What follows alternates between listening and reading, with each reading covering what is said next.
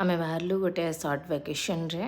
तो मुझे अच्छी आम सोसाइटी आम विंग पाखे विथ आम जगिचु मो हजबैंड जाइए गाड़ी नहीं कि आसवा को तो से गाड़ी आनले आम भी ट्रावेल कर स्टेशन को तो केमी अर्ली मॉर्निंग केते जोरे हवा ठंडा लगे माने मस्त लगुच ठंडा लगी क्लाइमेट भी बढ़िया अच्छी अंधार तो होती बट ठंडा लगुच गाड़ी रे गले तो आहरी टे ठंडा पड़े तो से जैकेट फैकेट कवर करी चलू आम टुवर्ड्स स्टेशन रे पहुँचलु एवं आम जाऊँ आम प्लेटफॉर्म को आम प्लेटफॉर्म आम गाड़ी लगे 5 नंबर रे तो सेठी आम ए जाऊँ एस्केलेटर रे तो सेठू आम गाड़ी आसो आम जीवु ए पुणे सेमती आमर ट्रिप होती तो पुणे रे आम रहीबू देन आम जीवु फिर आम बुलबू टे से पुणे रे टे बुलाबुली को देखो मो हजबैंड केमी मोबाइल धरिकी सी पूरा अनेक बसती केत गाड़ी आसो हाँ मो पिला खड़ू खड़ू एवं आमको गोटे सीट मिलला आम बसी पड़लु ट्रेन पलि आसला ट्रेन रे भी बसी पड़लु गोटे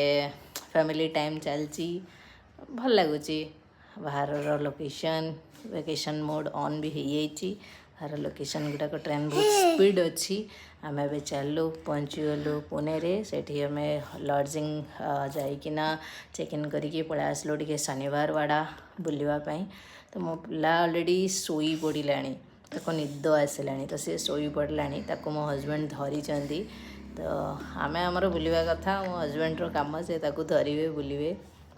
से काखई आम आमर बुलचु से भी उठी पड़ला से फोटो सेसन हम बोली डाकियार उठी पड़ला से भी टिके देखुची फोटो फोटो उठा हो देखु केमी अन बाप झील दीजन जाक केमी फोटो अन यहाँ आम लॉजिंगटा जो आम चेक इन कर फिर आम गलु आगा खान पैलेस लंच करदेलु तापर आम गलु आगा खान पैलेस परे सेठी आम देखिलु गांधी बाबूंगर किसी जिनस गांधी बाबूंगर गोटे वैक्स म्यूजियम भाया गोटे रखाई से बुलिलु फिर आम गलु लाल महल से बुलिलु फिर थिला